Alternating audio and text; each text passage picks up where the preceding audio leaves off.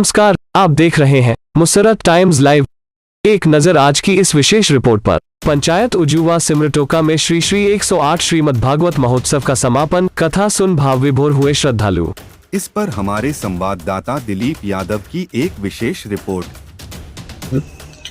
दरभंगा जिले के थाना कुशेश्वर स्थान प्रखंड कुशेश्वर स्थान पूर्वी ब्लॉक पंचायत उजुवा सिमरटोका के वार्ड नंबर 5 तेगच्छा एवं वार्ड नंबर 6 महादेव मठ हाई स्कूल के प्रांगण में श्री 108 श्रीमद् भागवत की कथा का आयोजन किया गया था। समस्त तेगच्छा एवं महादेव मठ के ग्राम वासियों द्वारा साध्वी सुवन सरगम कथा वाचिका के आवाज में जो कार्यक्रम 10 अक्टूबर 2022 से लेकर 16 अक्टूबर 2022 रविवार संध्या 6 बजे तक चला है। 7वें दिन की कथा में समापन में कहा कि कामदेव को पाकर रति बहुत खुश हुआ। प्रधान जी जो कामदेव बने हुए थे, कामदेव के अवतार हुए हिरिम, जो जब बड़े हुए और सबनासुर का वध किए और अपनी द्वारिका नगरी आए। जब द्वारिका नगरी आए तो उन्होंने देखा कि भगवान के उनके पिता के 16,107 विवाह और हो चुके हैं, तो दूसरा विवाह भगवान के कैसे हुआ? तो पता चला कि दूसरा विवाह हुआ भालू की बेटी के साथ। सत्राजित नाम का एक व्यक्ति था जो द्वारिका नगरी में आया। सत्राजित रोज भगवान सूर्य को अर्घ्य देता था। सूर्य भगवान को अर्घ्य सब व्यक्ति को देना चाहिए। हर कार्य को छोड़कर सत्राजित सूर्य भगवान को अर्घ्य देता था। एक दिन भगवान सूर्य ने प्रसन्न होकर दर्शन दिया और सत्राजित को एक मणि दिया था। उस मणि से रोजाना सोना निकलता था। 8 बार सोना रोज निकलता था, जिसका वजन 2 कुंटल था। जो इतना सोना सत्राजित के पास रोजाना निकलता था, इस बात की जानकारी किसी को भी नहीं था। उसने सोचा मेरे पास जो मणि है किसी को ज्ञात नहीं था, चलो थोड़ा मणि का प्रचार कर दूं। उसने मणि को प्रचार करने के लिए द्वारिका नगरी भगवान के दरबार में गया, तो वहां बैठे अनेकों राजाओं ने सत्राजित से कहा कि तुम्हारे पास जो यह मणि है, यह मणि राजाओं एवं महाराजों पर अच्छी लगती है। यह बातें सुनकर सत्राजित बहुत नाराज हुए और वो अपने घर को लौट आए। लौटने के बाद उन्होंने अपने बड़े भाई प्रसेनजीत से कहा कि हमारे मणि को देखकर भगवान भी ललचा गए और भगवान के जितने भी भक्तजन राजा महाराज से वो हमसे ये मणि मांग रहा था। उसके बाद सत्राजित के बड़े भाई प्रसेनजीत ने उस मणि को अपने पास रख लिए और उस मणि को लेकर प्रसेनजीत शिकार खेलने के लिए जंगल गए। शिकार खेलने के लिए जब जंगल गए, तब वहां पे शेर ने उनके हाथ में मणि देखा। शेर ने उनको हत्या करके वह मणि अपने पास रख लिया। शेर जब मणि लेके जा रहा था तो जाम्बत जी ने उन्हें मणि को देखा। जाम्बत जी ने शेर को मारकर उस मणि को अपने पास रख लिए। जाम्बत जी उस मणि को लेकर अपने घर पे आए और अपनी बेटी जामवंती को उस मणि को रखने के लिए दे दिए। जामवंती को दिया और जामवंती उस मणि के साथ खेलने धूपने लगा। इतने में प्रसेनजीत के जितने भी प्रजाजन थे वो भगवान श्री कृष्ण पर आरोप लगा रहे थे कि हमारे राजा प्रसेनजीत का मणि जो भगवान श्री कृष्ण ने चुराए। जब इस बात का भगवान श्री कृष्ण को पता चला तो भगवान श्री कृष्ण स्वयं इस मणि को ढूंढने के लिए निकले। तो सबसे पहले रास्ते में उन्होंने देखा प्रसेनजीत का मृत शरीर पड़ा हुआ है और उसके ऊपर शेर का पैर का निशान है। आगे जब देखा तो शेर के ऊपर जाम्बत जी के हाथ का निशान है। उन्होंने आगे जाके उस गुफा में प्रवेश किया और अपने सैनिक को बोला बाहर तुम पहरा डालो, जब तक हम अंदर से नहीं आए तब तक तुम लोग बाहर समझ आना। भगवान अंदर उस गुफा में घुसे और वहां पे जामवंती उस मणि के साथ खेल रहे थे। जामवंती के हाथ से भगवान श्री कृष्ण ने उस मणि को ले लिया। जामवंती रोने बिलखाने लगे। इतने में जाम्बत जी बाहर आए तो उन्होंने भगवान को देखा तो भगवान के साथ और जाम्बत जी को 28 दिन तक घोर युद्ध हुआ दोनों में। उसके बाद भगवान ने दोनों हाथ का मुक्का जड़कर जाम्बत जी के सीने में मारा भगवान ने। तब जाकर जाम्बत जी ने भगवान का पैर पकड़कर प्रणाम किया, हे प्रभु, इतना जोर का मुक्का हमारे श्री राम के सिवा मुझे कोई नहीं मार सकता। प्रभु, मुझे आपको पहचानने में भूल हो गई, मुझे क्षमा करे प्रभु, क्षमा करे इत्यादि। दरभंगा जिले के थाना कुशेश्वर स्थान प्रखंड कुशेश्वर पूर्वी केजुआ सिमरटोका पंचायत के वार्ड नंबर 5 तेगच्छा से दिलीप यादव की रिपोर्ट। एक कवि ने कहा है, जिस भजन में राम का नाम नहीं उस भजन को गाना ना चाहिए। इस भजन में राम का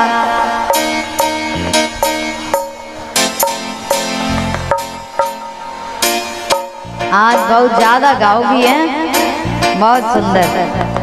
जिस भजन में राम का नाम नहीं उस भजन को गाना ना चाहिए।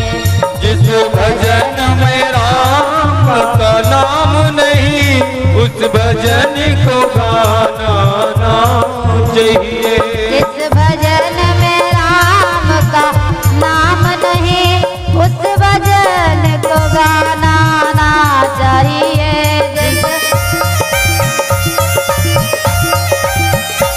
जिस भजन में राम का उस भजन को गाना ना चाहिए। जिस भजन में राम का नाम नहीं उस भजन को गाना ना चाहिए। जिस भजन में राम का नाम नहीं उस भजन को गाना ना चाहिए।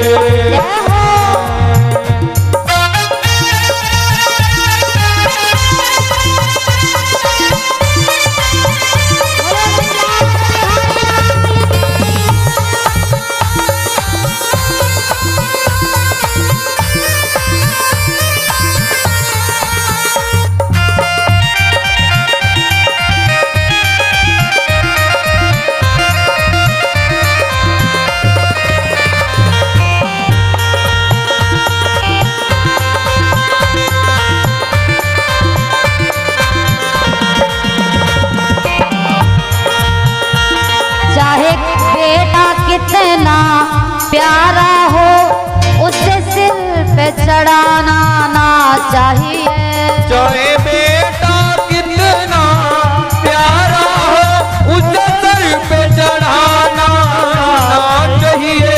चाहे बेटा कितना प्यारा हो उसे सर पे चढ़ाना ना चाहिए।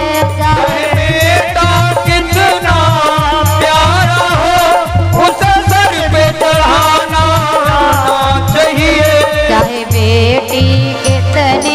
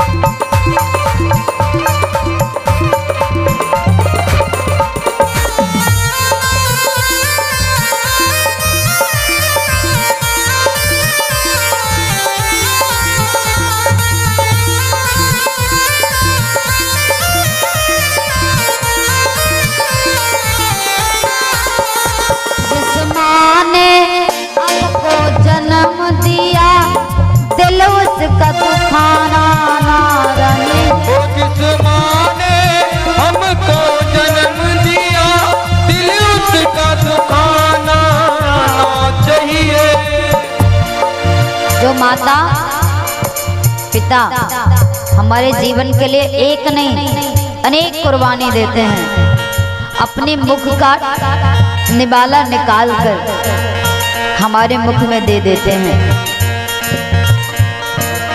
उस माँ ने एक बच्चे के लिए न जाने कितनी पीड़ा सही है।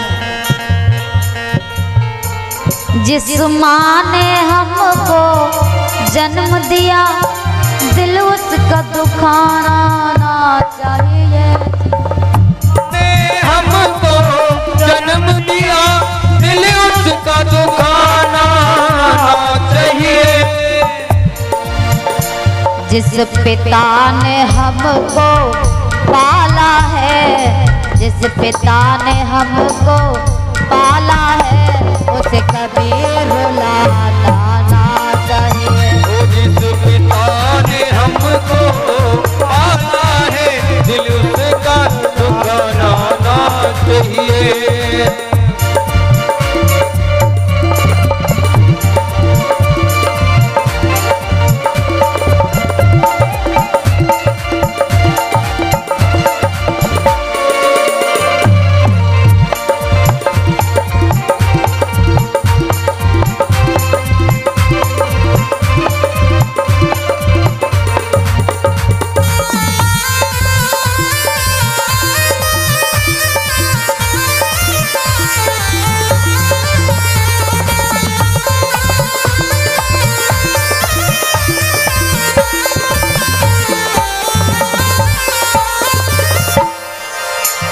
चाहे पत्नी कितनी प्यारी हो उसे भेद बताना ना चाहिए।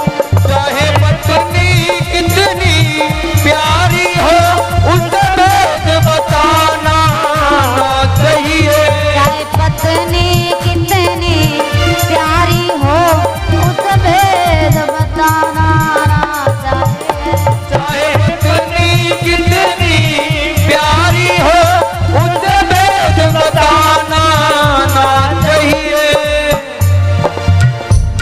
चाहे भैया कितना बैरी हो उसे भेद छिपाना ना चाहिए। चाहे भैया कितना बैरी हो उस भेद छुपाना ना चाहिए।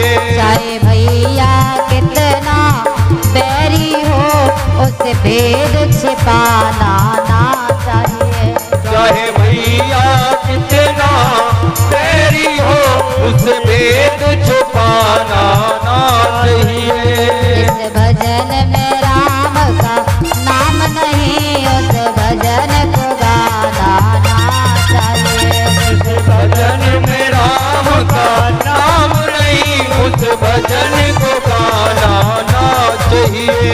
उस भजन को गाना ना चाहिए। उस भजन को गाना ना चाहिए। उस भजन को गाना ना भजन को गाना ना चाहिए।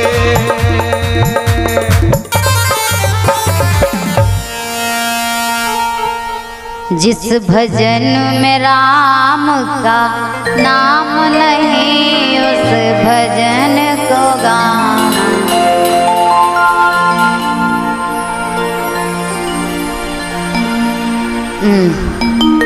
गा रही हो, गाओ गाओ। अंतिम बात में कहा चाहे पत्नी कितनी भी प्यारी हो उसे भेद बताना ना चाहिए। अच्छा, ये बात किस पत्नी के लिए कही गई है? आप मैया गुस्सा ना हो जाना। हाँ, कौन सी पत्नी? एक ऐसी ही पत्नी थी एक व्यक्ति की जो अपने मुख से बहुत अपनी बड़ाई करती थी, और जो ज्यादा बड़ाई करे ना अपनी, हम ऐसा करते हैं पति के लिए, वैसा करते हैं, वो काम, हम बहुत पतिव्रता हैं।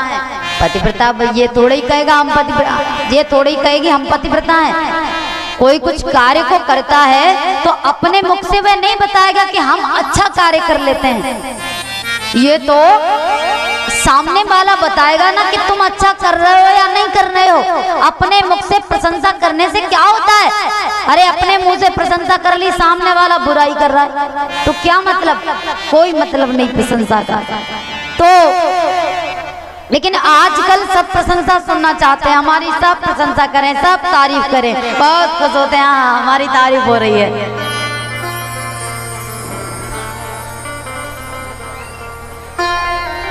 पर आप सत्य समझना,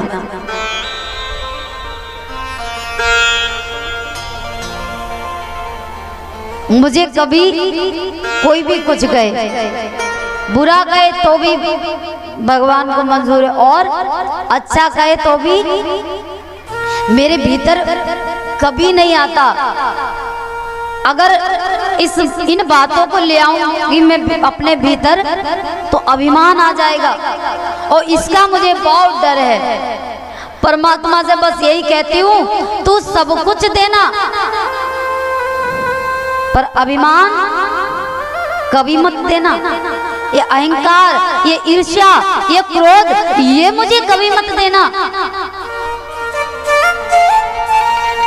इनसे बस मुझे बचाए रखना, क्योंकि ये सब कुछ बहुत खतरनाक है। जिस व्यक्ति के जीवन में आ जाता है, समझो उसके जीवन से परमात्मा तो निकल ही जाता है।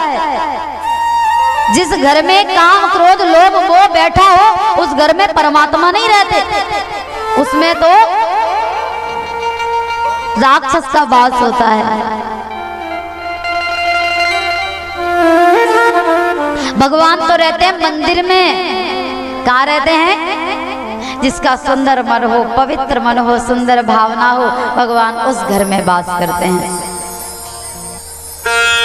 मेरी मैया वह पत्नी बहुत ज्यादा अपनी तारीफ करती थी, अपने पति से कहती थी, हम आपके आप कभी भी मुझको अजमा लेना, मैं पतिव्रता हूँ और आप सारा काम मुझे बताया करो। बहुत तारीफ करती थी और यही कहती थी, आप मुझे सारी बात बताया करो। कई कई माताएं इसी बात पर झगड़ती हैं, आप मुझे कुछ नहीं बताते हो, पता नहीं क्या करते रहते हो, क्या नहीं करते रहते हो, कुछ समझ में नहीं आता है। तो मैं ऐसी बहुत झगड़ती थी अपने पति से इसी बात पर कि आप मुझे सब बात बताया करो, मैं आपकी बात कहीं नहीं कहूंगी। उसने सोचा चलो एक बार आजमा लेता हूँ, एक बार आजमा के देख लेता हूँ क्या जाता है। आषाढ़ का महीना, जिस महीने में तरबूज होता है ना, तरबूज तो वाटरमेलन, वह तरबूज लेकर के आया और उसने तरबूज लिया, तरबूज के 2 भाग कर लिए। बड़ा सा तरबूज खरीदा, उसके 2 भाग किए, एक भाग को अपनी सफेद साफी में बांधकर, सफेद साफी में बांधकर और घर ले गया अपनी पत्नी के पास और पत्नी से कहा, देवी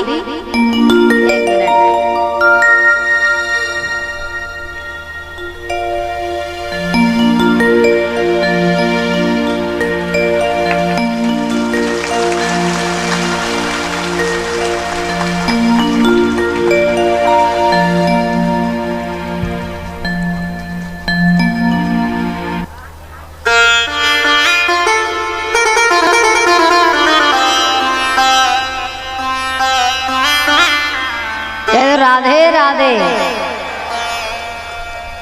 अब वह तरबूज खरीद कर अपनी पत्नी के पास गया और पत्नी से कहा, देवी आज तो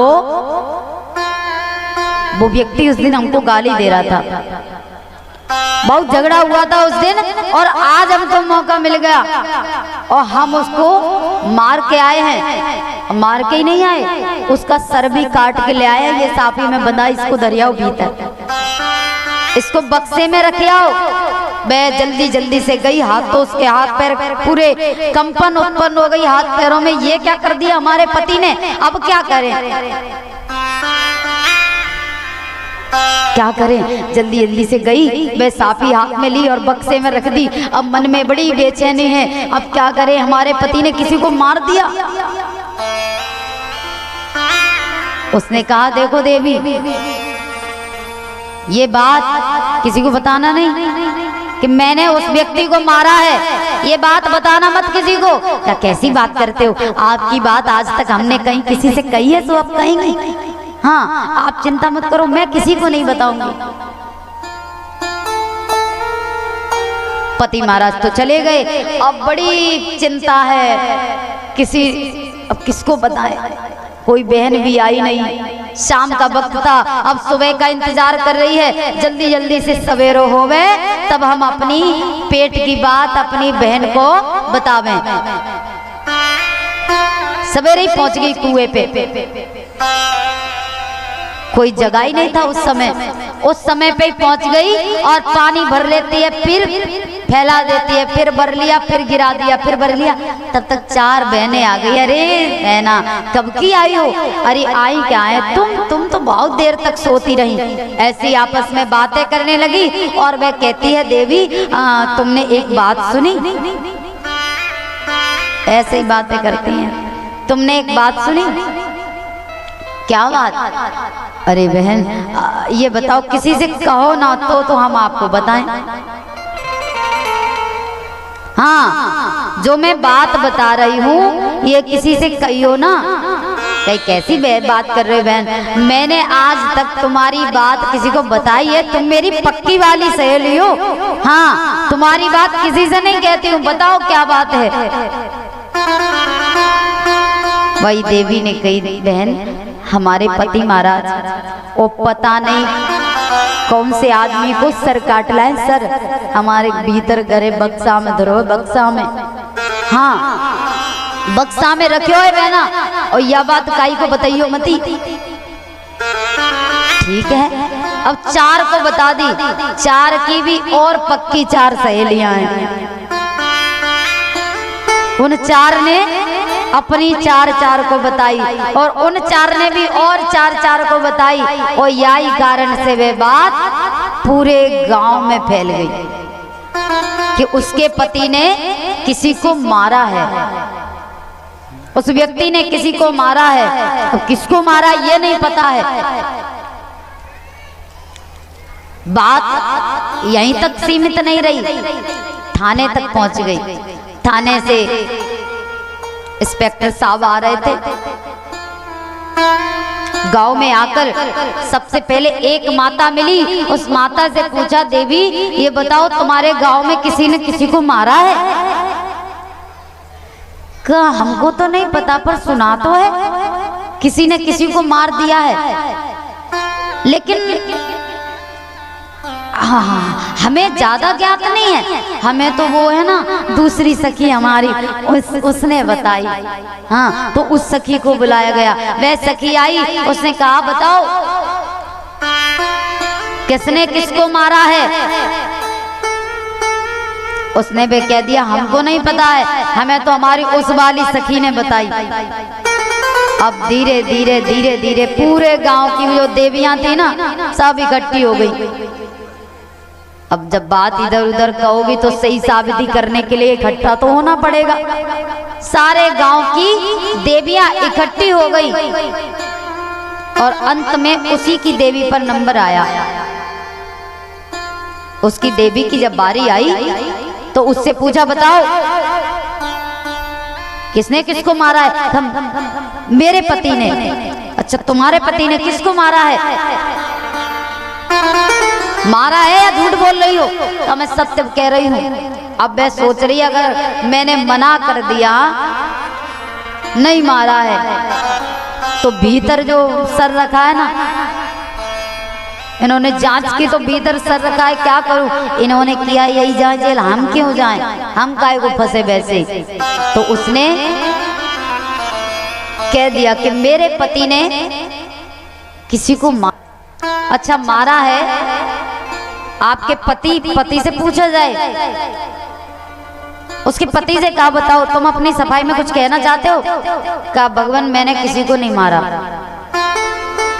किसी को नहीं मारा, पर ये तो कह रही है मारा है। कहा मैंने किसी को नहीं मारा है। वह देवी कहती अच्छा हमको फंसाने के लिए झूठ बोल रहे हो, किसी को नहीं मारा है। महाराज मारा है, चलो हमारे साथ। और भीतर लेकर गई, उसी बक्से में से जो साफी रखी थी उसको निकाल कर अपने हाथ से ही दे दिया। देखो ये सर है, इन्होंने मारा है, ये सर है, इसमें बंधा है, खोल कर देख लो। और जैसे ही खोल कर देखा तो उसमें आधा कटा हुआ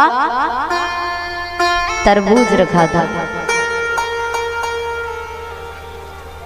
का ये बहुत पतिव्रता बनती थी कि हमको बात बताओ, हमको बताओ, हम किसी से कहेंगे नहीं। और इसीलिए हमने इनकी परीक्षा ली। और एक और बात, अगर आपको अपनी बात किसी को पूरे गांव में फैलाने हैं तो किसी बूढ़ी मैया को बता दो। बूढ़ी माताओं का ये स्वभाव बन जाता है, बूढ़ी माता को बता दो। किसी ने कहा देखो मैया हमारी बहू ने फांसी लगा ली और ये बात आप किसी से कहना नहीं। अब बूढ़ी मैया रास्ते में चलती जा रही हैं और कहती जा रही हैं उसकी बहू ने फांसी लगाई, हमसे मना कर रहे हैं कहियो मती, हम क्यों कहेंगे। हाँ, रास्ते में किसी ने पूछ लिया मैया का भयो, अरे भयो का वाह की बहू ने फांसी लगा ली, हमसे कह रहे हैं कहियो मती, हम क्यों कहेंगे। मतलब पूरी बात बता भी रही है और साफ भी हो रही है। तो ये एक अवगुण है माताओं के भीतर कि ज्यादा देर तक बात छिप नहीं पाती है।